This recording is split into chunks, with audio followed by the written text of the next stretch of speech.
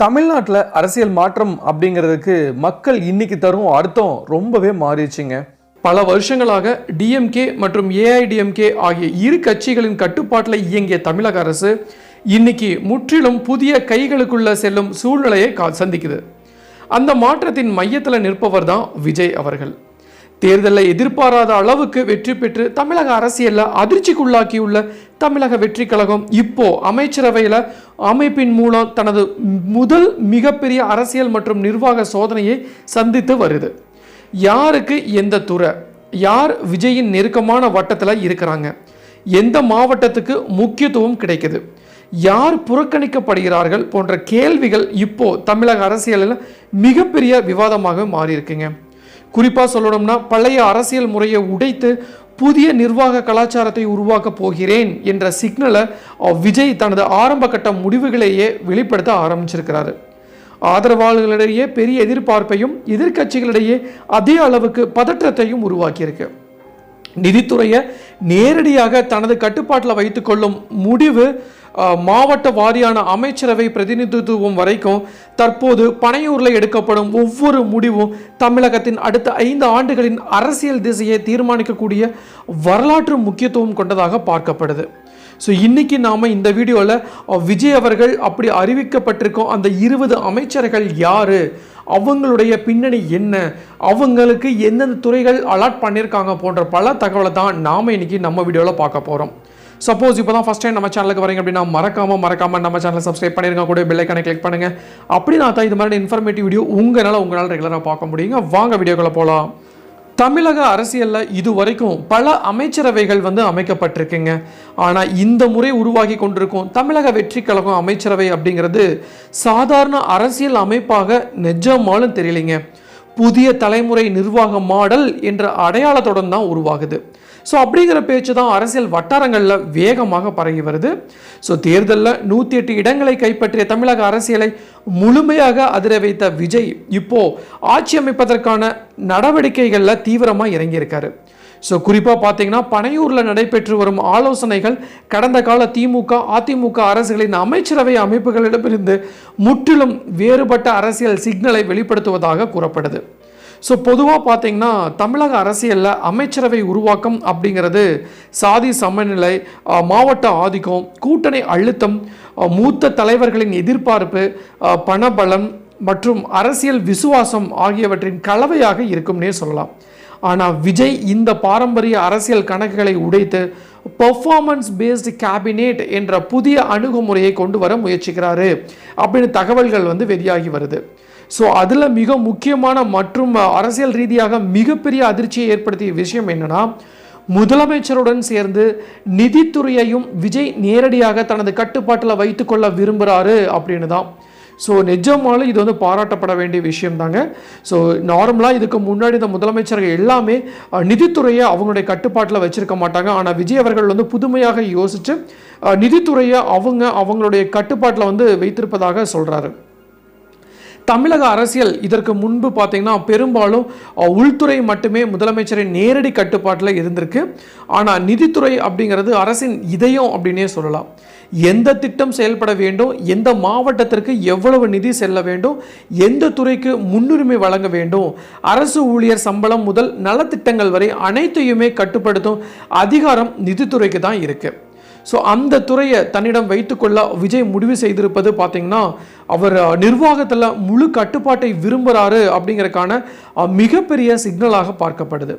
So மேலும் பார்த்தீங்கன்னா ஊழல் இல்லாத நிர்வாகம், வெளிப்படையான செலவினம், நேரடி கண்காணிப்பு ஆகியவற்றை உறுதி செய்யவே இந்த முடிவு எடுக்கப்பட்டுள்ளதாக அவரது அணியினர் கூறுறாங்க. ஸோ இதே விஷயம் அரசியல் விமர்சனங்களிடையே 2 விதமான கருத்துக்களும் உருவாயிருக்குங்க.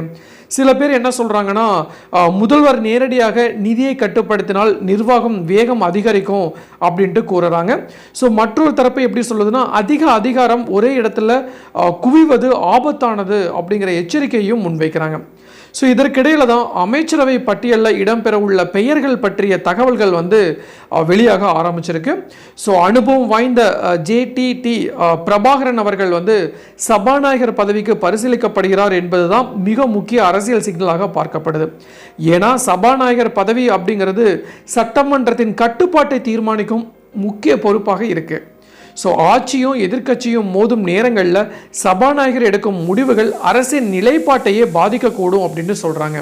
ஸோ எனவே தான் அந்த பதவிக்கு அனுபவம் வாய்ந்த ஒருவரை தேர்வு செய்ய விஜய் விரும்புகிறாரு அப்படின்னு வந்து கூறப்படுது.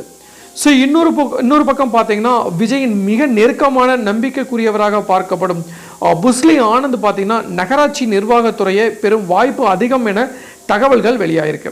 ஸோ நகராட்சி நிர்வாகம் அப்படிங்கிறது தமிழகத்தின் நகர வளர்ச்சி, குடிநீர், சாலைகள், கழிவுநீர் திட்டங்கள், மாநகராட்சி நிர்வாகம் ஆகியவற்றை கட்டுப்படுத்தும் மிகப்பெரிய துறையாக பார்க்கப்படுது. ஸோ இந்த துறையை நம்பிக்கைக்குரியவரிடம் ஒப்படைப்பது மூலம் நகர்ப்புற வாக்காளர்களிடமிருந்து தனது செல்வாக்கை நிலைநிறுத்த விஜய் முயற்சிக்கிறார் அப்படிங்கிற அரசியல் கணிப்பும் இருக்கு. ஸோ அதே மாதிரி தான் ஆதவ் அர்ஜுனா அவர்கள் மின்சாரம் மற்றும் மதுவிலக்கு துறையை குறிவைத்து அரசியல் நகர்வுகளை மேற்கொண்டு வராரு அப்படின்னு கூறப்படுது. ஸோ தமிழகத்தில் மின்சாரத்துறை அப்படிங்கிறது மிகப்பெரிய சவாலான துறையாகவே பார்க்கப்படுதுங்க. மின் உற்பத்தி, ஈபி கடன், மின்வெட்டம், தொழிற்சாலைகளுக்கான மின்சாரம், விவசாய மின்சாரம் போன்ற பிரச்சனைகள் நேரடியாக மக்களின் வாழ்க்கையே பாதிக்கும். அதே நேரத்தில் மதுவிலக்குத்துறை அப்படிங்கிறது தமிழக அரசியலில் மிக அதிக உணர்ச்சி சார்ந்த மற்றும் வருவாய் சார்ந்த துறை. டாஸ்மாக் மூலம் தான் அரசுக்கு வரும் ஆயிரக்கணக்கான கோடி வருவாய். இன்னொரு பக்கம் மதுவால ஏற்படும் சமூக பாதிப்புகள். இந்த ரெண்டிற்கும் இடையில தான் சமநிலை வைத்திருப்பது எந்த அரசுக்கு கடினமான விஷயங்க. இந்த இரண்டு முக்கிய துறைகளையும் யார் கட்டுப்படுத்த போகிறார்கள் என்பதுதான் தற்போது அரசியல் வட்டாரங்களில் தீவிரமாக விவாதிக்கவும் படுது. ஆனால் இதே துறைக்கான நிர்மல்குமாரும் போட்டிடுவதால் தாவேகா உள்கட்சியிலேயே அதிகார போட்டி உருவாகி இருப்பதாக கூறப்படுது. ஸோ இதுவே தாவேகா எதிர்காலத்தில் சந்திக்கக்கூடிய முதல் பெரிய உள்கட்சி சவாலாக பார்க்கப்படுது. ஸோ இன்னும் பார்த்தீங்கன்னா மூத்த அரசியல்வாதி செங்கோட்டையனுக்கும் பொதுப்பணித்துறை வழங்கப்படலாம் அப்படிங்கிற தகவல் வந்து அரசியல் ரீதியாக முக்கியமானதாக பார்க்கப்படுதுங்க. ஸோ பொதுப்பணித்துறை அப்படிங்கிறது சாலைகள், பாலங்கள், அரசு கட்டிடங்கள், அணைகள் போன்ற மிகப்பெரிய கட்டுமான திட்டங்களை கட்டுப்படுத்தும் துறை. ஸோ இந்த துறை பாரம்பரியமாக அரசியல் மற்றும் பொருளாதார சக்தி மிக்க துறையாக பார்க்கப்படுதுங்க. அனுபவம் வாய்ந்தவரிடம் அதை ஒப்படைப்பதன் மூலம் நிர்வாகத்தில் நிலைத்தன்மையை உருவாக்க விஜய் முயற்சிக்கிறாரு அப்படின்னு அரசியல் விமர்சனங்கள் கூறுறாங்க.